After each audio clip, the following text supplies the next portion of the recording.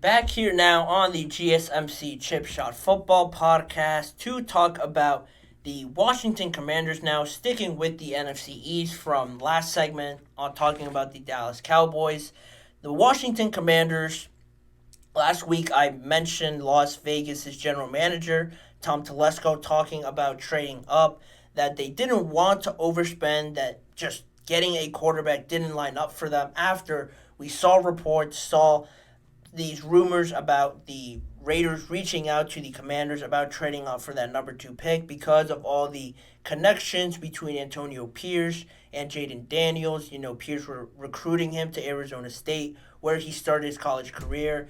The love Jayden Daniels still has for Antonio Pierce has talked about him glowingly. So naturally, I really would have liked this to have worked. If he didn't go number two, I thought the Raiders, if they pulled off a crazy trade, I thought it would have been great to see him reunited with Antonio Pierce with that offense that is one of the more underrated ones, I believe, in the AFC at least. I would have loved to see it, but like most people predicted, he ended up going to the Washington Commanders, and there was a lot of interest for that number two pick. Outside of the Raiders, I'm sure there was a lot more teams interested in that, as well as that number three pick with the Giants trying to trade up to that. The Vikings were a candidate to trade up for that, but nothing really came close to Las Vegas.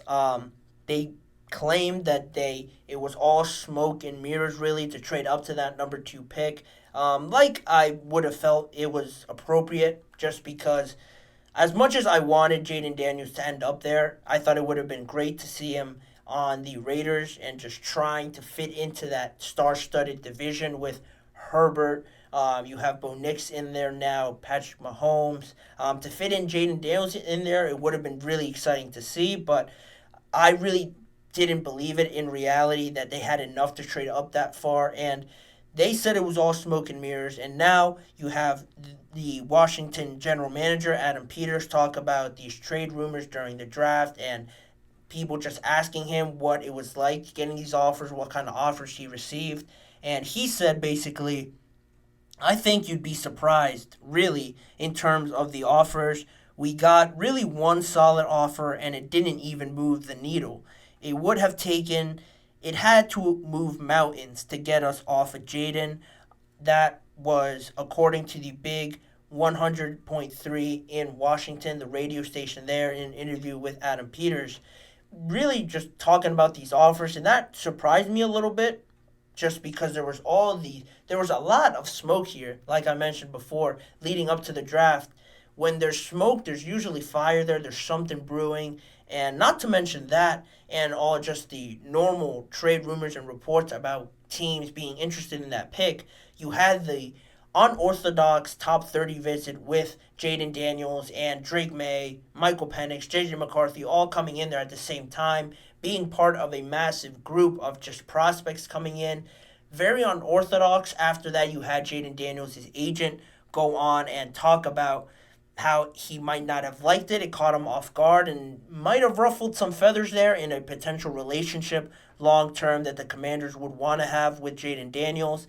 Did that off put him? Now, because he doesn't want to go there, it really bothered him that this top visit went like this. Were the Commanders going to pivot elsewhere, maybe to J.J. McCarthy? That was something to keep in mind. No specifics on the trade deal, but there were those rumblings going around that I really thought could end up being legit because of that.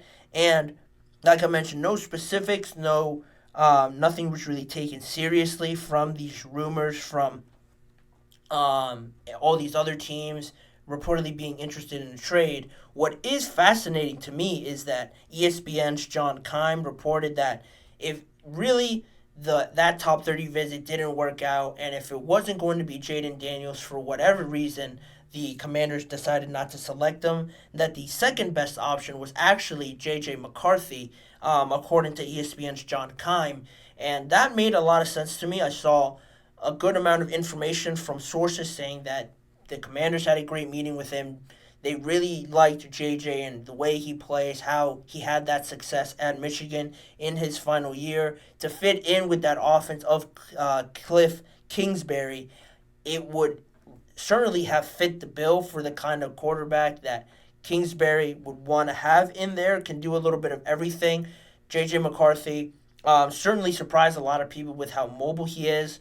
We saw the success Kingsbury had with Kyler Murray, and while J.J. might not be Kyler Murray in terms of running it, he certainly can get out of the pocket and create something. So either if they went J.J., it definitely would have gained a lot more of a surprise reaction. But regardless of that, that surprised me too, reporting that and saying that J.J. was the second option. Just imagine if J.J. went number 2 overall in the draft, how everybody would have lost their head. Potentially even more than the Michael Penix selection at number 8. It would have certainly been up for debate, but that was something I found fascinating. And now, with Minnesota and Las Vegas as the trade suitors, you had to think about their offers and how Washington considered their chances to still maybe get a top quarterback with those picks, really with Minnesota and Las Vegas. More so Minnesota because they had those 2 draft picks in the first round. Say you wanted to trade with them and you really considered it, how would that affect your game plan and still trying to get maybe a J.J. McCarthy? You know, you trade with the Minnesota Vikings, they get J.J. potentially at 3 or 2, or they get Jayden, and then how does that affect you now, you being back at 11, trying to trade up maybe to number 6 with the Giants, and how that would have shifted this entire draft very drastically if that ended up happening. Maybe even to number 7 because the Giants didn't select a quarterback at all. They went with Malik Neighbors. So really, if the Commanders would have traded with, say, the Vikings because of those 2 first-round picks, they get a quarterback, Jayden or JJ, whoever it is, then the Commanders still have the option to trade with the Titans at 7, the Falcons maybe at 8 if they were able to work something out there to still draft a quarterback. So that was one option that I thought wasn't too far out of the realm. Of course, we don't know what the specifics were. If Minnesota offered both picks, maybe they just offered one and the Commanders didn't really accept it. You look at the Raiders again, they sitting at 13, if the Commanders would have made that deal, they probably would have been crucified in all honesty because of how much they desperately need a quarterback. To give up that pick and stay at 13, not many people in the top 10 are willing to trade out of there for a quarterback needy team. It would have really painted the Washington Commanders in a bad light, and I was surprised from that point just on the idea that the Raiders really didn't push overly hard to get a deal done. I'm sure in some world they could have offered a boatload of things. I wouldn't have agreed with it, but I just thought it was odd that the Raiders didn't pursue this a bit more strongly, because the common trend, if you need a quarterback, right or wrong, if it's the right decision to make, usually teams overdo it just to try and get that quarterback because everyone's saying they need a quarterback. They obviously need more talent there, and it usually gets to them, and they end up trading too much, getting the quarterback anyway. But good for the Vikings for staying put. I just thought it was a bit odd to see them not doing that because that is usually how it goes. And now, thinking about this big picture and how all of this is connected, thinking about these trade offers now and how all these quarterbacks will be inevitably connected the rest of their careers. Who is more likely to benefit from the choices that they make in this NFL draft? As just a question to throw out there to wrap up this segment. You look at the Commanders just turning their heads away from any trade offers. We don't want to listen to anything. We want Jayden Daniels. How does he pan out the rest of his career? You don't wish him the worst. You want him to do great, but say he doesn't live up to being the number 2 overall pick. It's not too far out of the realm of possibility. We've seen it a lot in these recent draft classes with number 2 overall picks and just top quarterbacks. This could really not work out, say. So how does this pan out the rest of their careers, thinking long term? What if they accepted one of these trade offers and then it turns out drastically different than if they selected Jayden and it didn't go well? All these sort of scenarios pop into your head when you're making decisions like this. Same goes for the Las Vegas Raiders. How much does not selecting a quarterback, not really pursuing it as strongly as it usually does happen, how much does that come back to bite them when maybe this season they win 4 games, 5 games with Gardner Minshew, Aiden O'Connell, and You have superstars like Devontae Adams being unhappy.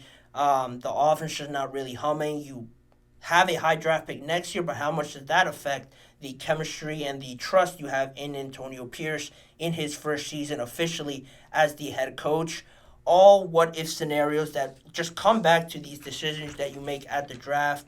But the Commanders, really what matters most of all is that they feel confident about it. They like Jayden. I thought he should have gone number 2 overall. Now, with the offseason that they had in free agency and how it all comes together, that really is the most important point at this moment. How the signings, the draft picks all gel together to be competitive next season. We're going to have to wait and find out till the actual season, but for now, we'll leave that there and we'll go into the final break on today's show. And when we come back, my reaction to the Netflix special, Roasting Tom Brady. There was a lot of great jokes and a lot of things that I can't repeat on this show, but overall I thought it was great. So stick around to find out more on what went down on the greatest roast of all time from last night after this short break.